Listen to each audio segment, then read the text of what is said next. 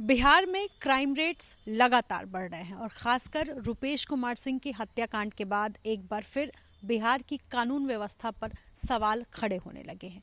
क्या बिहार की कानून व्यवस्था लचर हो गई है या सीएम नीतीश कुमार से बिहार संभल नहीं रहा है या गृह मंत्रालय उनको छोड़ देना चाहिए? कई सवाल विपक्ष भी खड़ा कर रहा है और इस बीच कानून व्यवस्था किस तरीके से ठीक किया जाए और एक्शन किस तरीके से पुलिस का हो, तमाम मुद्दों पर बातचीत करने के लिए मेरे साथ बिहार के पूर्व डीजीपी अभयानंद हैं। बातचीत मैं सबसे पहले तो सर आपसे ऐसे शुरू करना चाहूँगी कि ये जो पुलिस के काम करने का स्टाइल है, इस पर सबसे पहला सवाल खड़ा हो रहा है। क्या शुरुआत से इसी तरीके से रहा है?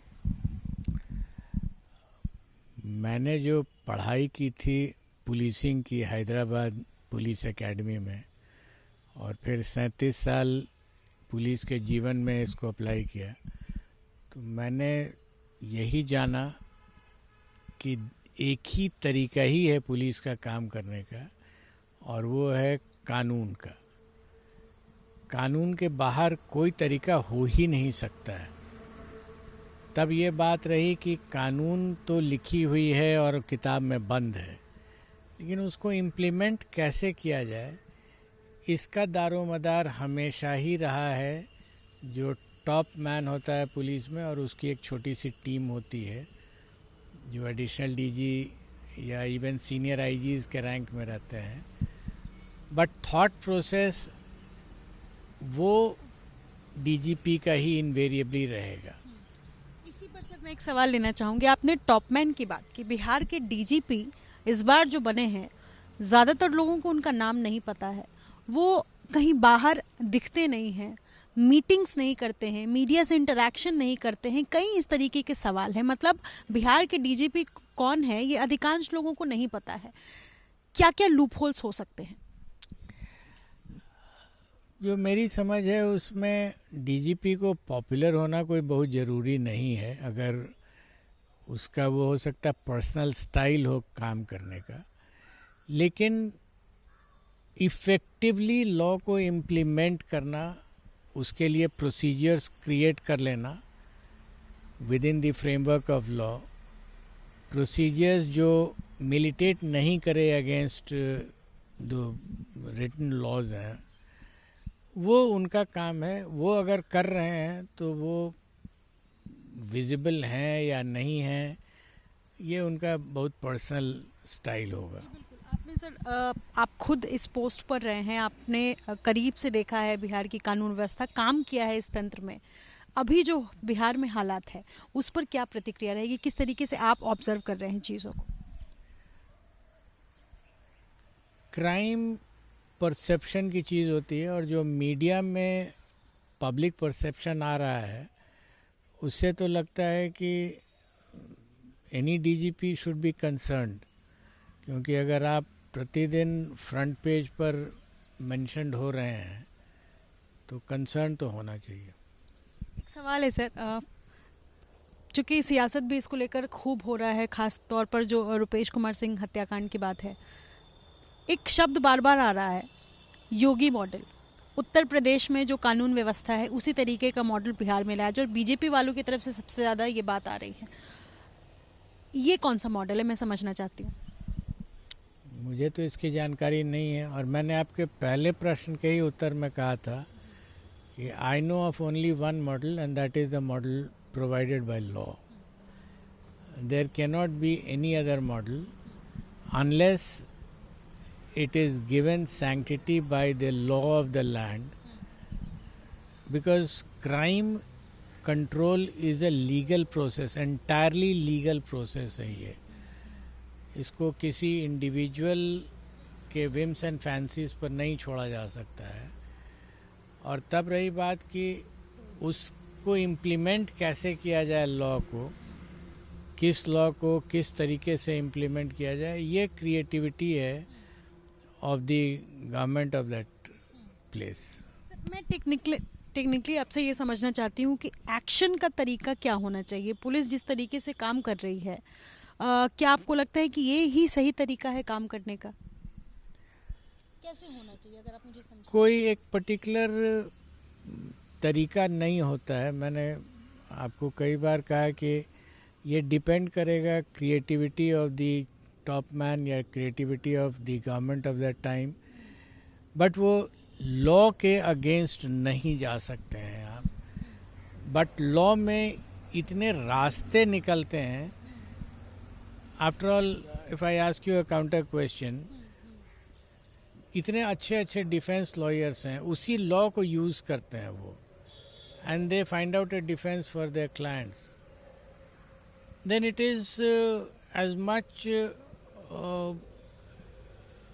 a fact which can be taken advantage of by the police top brass. They can also take advantage of the fact in law, the processes given in law. Apply your mind and you will find a way out, and very creative way out to tackle the problem of crime. एक सुझाव अगर आपसे लिया जाए तो ऐसे case में क्या होना चाहिए, क्या करना चाहिए?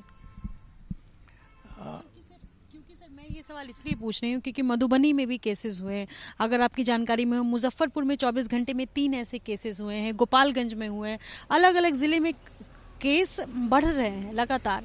तो पुलिस के जो कोर्स ऑफ एक्शन है उस पर तो सवाल उठ ही रहा है। एक सुझाव इसलिए ही आपसे मैंने मांगा। सुझाव बिना फैक्ट्स डिटेल्स जाने हुए तो देना थोड़ा मुश्किल है, लेकिन जो बेसिक कॉन्सेप्ट्स है जिस पर मैंने अपने थीम को, अपने प्लान ऑफ एक्शन को वर्कआउट किया था, उसके 2-3 स्तंभ थे। एक, क्राइम फन के लिए नहीं होता है, क्राइम अर्थ गैदर करने के लिए होता है। जो भी क्राइम कर रहा है, very few of them are passionate crimes, rest all have financial implications, every one of them। वो करप्शन हो सकता है, वो एक्सटॉर्शन हो सकता है, वो मर्डर फॉर गेन हो सकता है, नेम एनीथिंग। तो अगर उसको पैसा मिल रहा है, then why can't we identify the property gained by the criminals?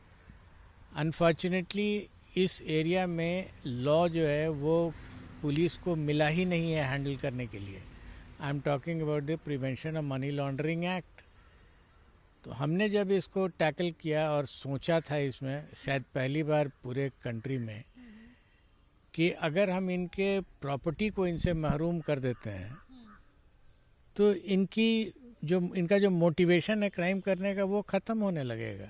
Why would they commit crime if they don't get money out of it? ऐसा अभी कर सकते क्या? क्यों नहीं कर सकते हैं?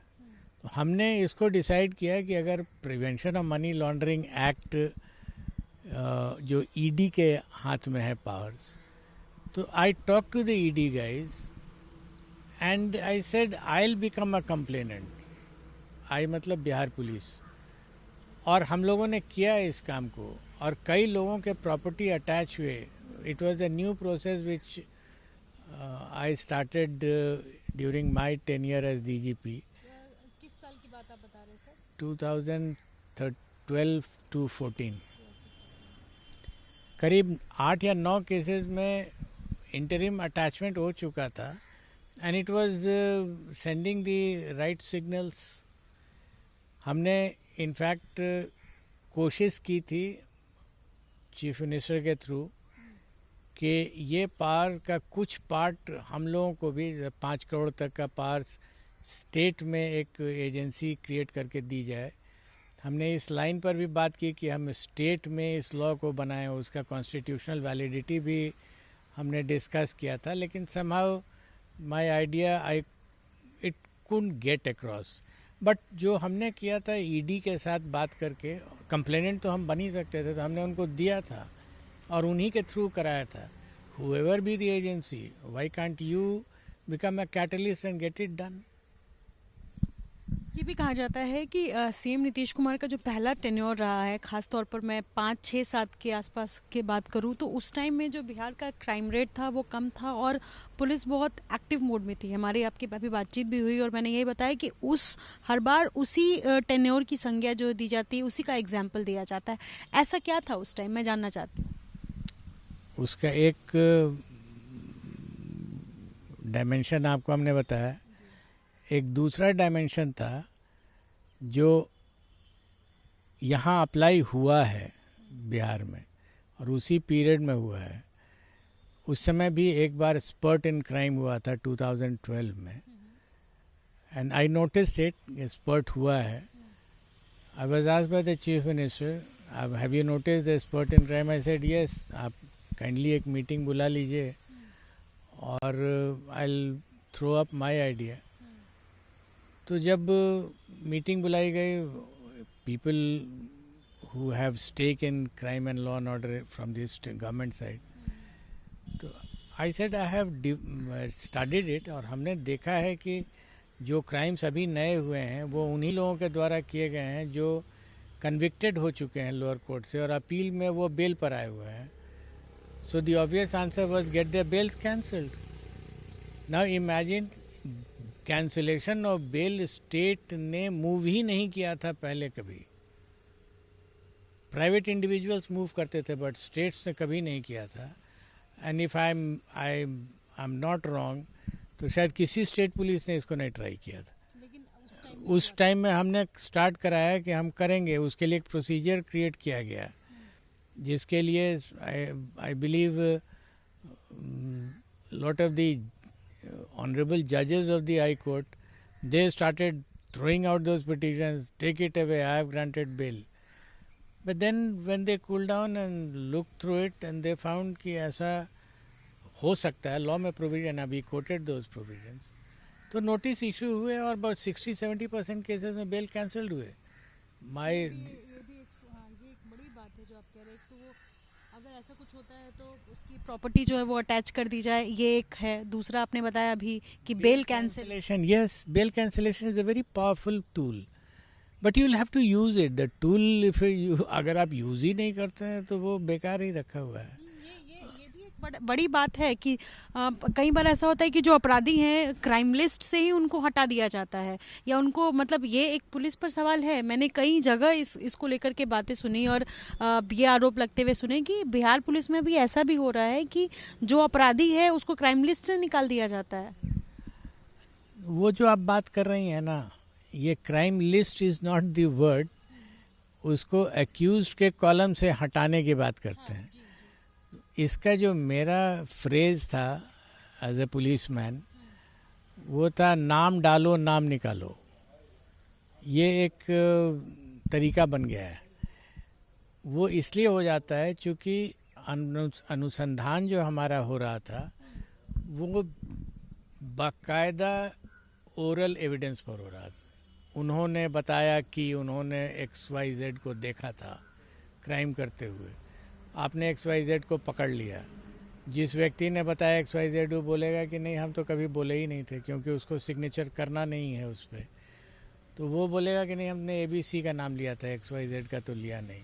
What is this type of evidence? Oral evidence का कोई वैल्यू तो होता नहीं है। Now this I tried to replace it by my saying, I said, बयान से विज्ञान की ओर। ओरल स्टेटमेंट्स पर इन्वेस्टिगेशन को मत वैल्यू कीजिए unless you get forensic evidence, वैज्ञानिक एविडेंस। और उस पीरियड में जो फोरेंसिक लेबोरेटरी था बिहार पुलिस का, वो फिनोमिनल रेट पे ग्रोथ हुआ था उसका। Things like DNA unheard of था बिहार में। We got it done and the day I retired, उस समय तक 22 केसेस हम लोगों ने सॉल्व किए थे DNA के थ्रू। और उसमें इस तरह के केसेस हैं जिसमें रेप्स में DNA एविडेंस है and everyone has turned hostile, everyone including the prosecutrix, the victim of that case. She became hostile, the mother became hostile, the parents became hostile, and yet we got a conviction only through DNA. तो ये strength होना चाहिए आपके investigation का, and there after जो law के other processes हैं। किस तरीके का, कुल मिलाकर ये आखिरी सवाल है, जो इन्वेस्टिगेशन चल रहा है बिहार में, ना सिर्फ रुपेश कुमार सिंह के केस की बात कर रही हूँ मैं, ओवरऑल जो इन्वेस्टिगेशन का तरीका है वो कैसा होना चाहिए पुलिस का? जिसमें आम आदमी की आस्था हो जाए, जिसमें कानून की आस्था हो जाए, जिसमें कोर्ट की आस्था हो जाए। क्योंकि I am putting my final output to test. Chargesheet मेरे लिए कुछ नहीं है, ये chargesheet is being put to test in a trial. And I always, मैं क्वेश्चन हर समय अपने प्रोबेशनर से पूछता था कि ये ट्रायल किसका हो रहा है सर, अक्यूज का होता है? सर नो, ट्रायल आपका हो रहा है। आपने एक स्टोरी पुटअप की है कोर्ट के सामने, does the court accept your story? If it does then you have won the trial, if it doesn't then you have lost the trial. इस तरह के कॉन्सेप्ट्स होने चाहिए। अक्यूज का ट्रायल तो हो ही नहीं रहा है, वो तो चुप रहता है and he is allowed to stay quiet. आपने बात कही है, आप अपने केस को पुटअप करते हैं। हालांकि एक बात जो आपने पहले ही कह दिया है कि इमेज पे बहुत ज़्यादा नहीं जाने चाहिए। ज़रूरी नहीं है कि डीजीपी जो है वो अगर मीडिया में आते हैं, बयान देते हैं तो ही काम होगा, लेकिन बिहार की जो कानून व्यवस्था है वो सवालों के घेरे में तो है। हो सकता है, I am not vouchsafing for anything, but then as I said, individual style of functioning vary करेगा, but the common fact will be, the base will be legal processes. Is he in grip of all the legal processes? If he is doing fine. शुक्रिया हमसे बातचीत करने के लिए। तो कुछ technicalities के साथ पूर्व डीजीपी बिहार के अभयानंद जो इस वक्त एबीपी न्यूज़ पर थे और कई बातें उन्होंने साझा की है, अपने अनुभवों को भी, और ख़ासतौर पर पुलिस व्यवस्था को किस तरीके से काम करनी चाहिए, कानून, कोर्ट, सरकार सबको ध्यान रखते हुए। अंतिम सत्य यही है कि जो पुलिस का दायरा है, दायरे में रहकर और लीगल एक्शन किस तरीके का होता है, ये सबसे ज़्यादा मैटर करता है। अपने सहयोगी विशाल राय के साथ निधिश्री, एबीपी न्यूज़, पटना।